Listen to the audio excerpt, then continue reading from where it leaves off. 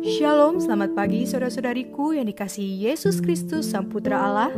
Kita bertemu lagi dalam Renungan Pagi yang dibawakan oleh Pendeta Trison Ginting dengan tema khas Bersama Allah di Waktu Fajar. Semoga firman Allah bersama Anda sepanjang hari.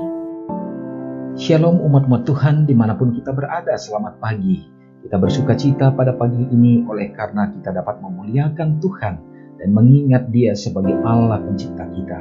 Saudaraku, pada saat ini renungan kita Sabtu 3 September 2022 dengan judul Siapakah yang Rela?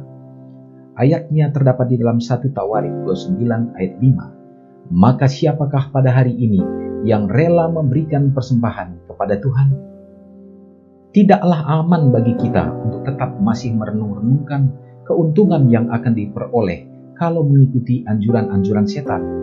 Dosa berarti nista dan bencana pada setiap jiwa yang melakukannya.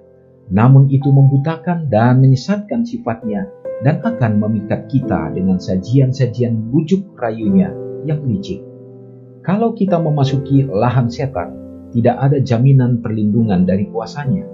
Oleh karena itu, kita harus menutup semua jalur di mana penggoda dapat masuk. Segenap hati haruslah diserahkan kepada Tuhan Allah.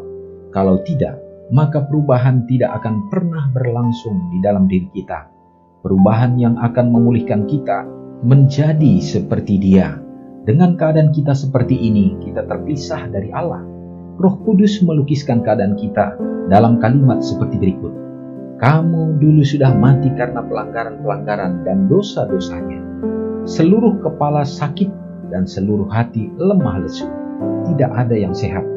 Kita telah dikungkungkan di dalam jerat setan yang telah mengikat mereka pada kehendaknya. Allah ingin menyembuhkan kita, membuat kita bebas.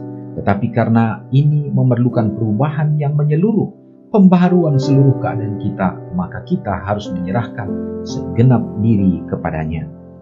Peperangan melawan diri sendiri adalah merupakan peperangan terbesar yang pernah berlangsung. Penyerahan diri sendiri, memasrahkan sepenuhnya kepada kehendak Allah, memerlukan satu pergumulan, tetapi jiwa itu harus lebih dulu diserahkan kepada Allah, barulah dapat dibarui di dalam kesucian. Pemerintahan Allah bukanlah seperti yang digambarkan setan, didasarkan atas penyerahan yang buta, satu pengendalian yang tidak masuk di akal. Pemerintahan itu menarik pikiran dan hati nurani. Umat Tuhan yang dikasihinya, menjadi pertanyaan bagi kita lewat judul renungan ini. Siapakah yang rela? Saudaraku, sama seperti ayat intinya juga yang mengatakan, maka siapakah pada hari ini yang rela memberikan persembahan kepada Tuhan? Merupakan lanjutan perenungan kita untuk di bulan September ini. Bagaimana kita menyerahkan kehidupan kita sepenuhnya kepada Tuhan. Ini adalah merupakan satu bentuk kerelaan. Karena pada saat kita datang kepada Tuhan untuk dapat menjadi anak-anak-Nya, maka itu bukan hanya pikiran, tetapi seluruhnya, yaitu termasuk tubuh kita secara jasmani, secara fisik, mental kita. Demikian juga ya, untuk kerohanian kita, semua itu ada kaitannya. Saudaraku, Allah inginkan kita untuk dapat diperbaharui. Dia sangat memahami, Dia sangat mengerti bahwa sesungguhnya kita sudah menderita, baik secara fisik tubuh kita pun tidak sempurna oleh karena kita sudah jatuh ke dalam dosa. Terkadang penderitaan itu menimpa kita, tetapi Tuhan memberikan cara dan jalan. Hanya siapakah yang akan rela untuk dapat menolak keinginan-keinginan duniawi dan memilih jalan-jalan Tuhan. Dan semua itu adalah merupakan membutuhkan penyerahan, yaitu melawan diri sendiri. Dan itu adalah peperangan yang terberat yang dapat dilakukan oleh manusia. Bagaimana kita menaklukkan angan-angan hati, pikiran kita, dan kesenangan duniawi ini untuk kita hidup di dalam kekudusannya.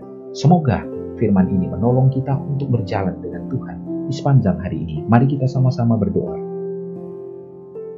Bapa yang baik yang bertahta dalam kerajaan sorga, terima kasih ya Tuhan, oleh karena kebaikan dan kerelaan Tuhan untuk selalu menjamah hati kami di dalam kebebalan kami untuk lari daripada panggilan Tuhan. Tetapi rencana Tuhan selalu rencana yang indah untuk menuntun umat-umat kami manusia yang berdosa untuk semakin mendekatkan diri kepada Tuhan. Karena Engkau ya Bapa memberikan jalan-jalan yang terbaik untuk pemulihan kami dari dosa. Ya Bapa, terima kasih. Kami tahu hidup kami di dunia ini juga menderita. Kami hidup di tengah-tengah dunia yang penuh dengan polusi. Makanan yang kami nikmati juga tidak memberikan kesehatan yang baik, justru membawa penderitaan-penderitaan yang tidak pernah berhenti. Ya Bapa, hanya datang kepada Tuhan saja dan mengikuti yang Engkau kehendaki, maka kami akan memperoleh kedamaian. Terima kasih ya Tuhan, biarlah kami dapat menyerahkan diri kami dan mengalahkan diri untuk menyerahkan ke dalam kehendak-Mu. Hamba-Mu mendoakan bagi bangsa dan negara kami ya Bapa, pimpinan-pimpinan mulai dari yang tertinggi sampai terendah. Biarlah kiranya Tuhan akan berikan kebijaksanaan untuk dapat mengayomi akan masyarakat dan juga ya Bapa mensejahterakannya terlebih lagi dalam menghadapi masa pandemi sekarang ini.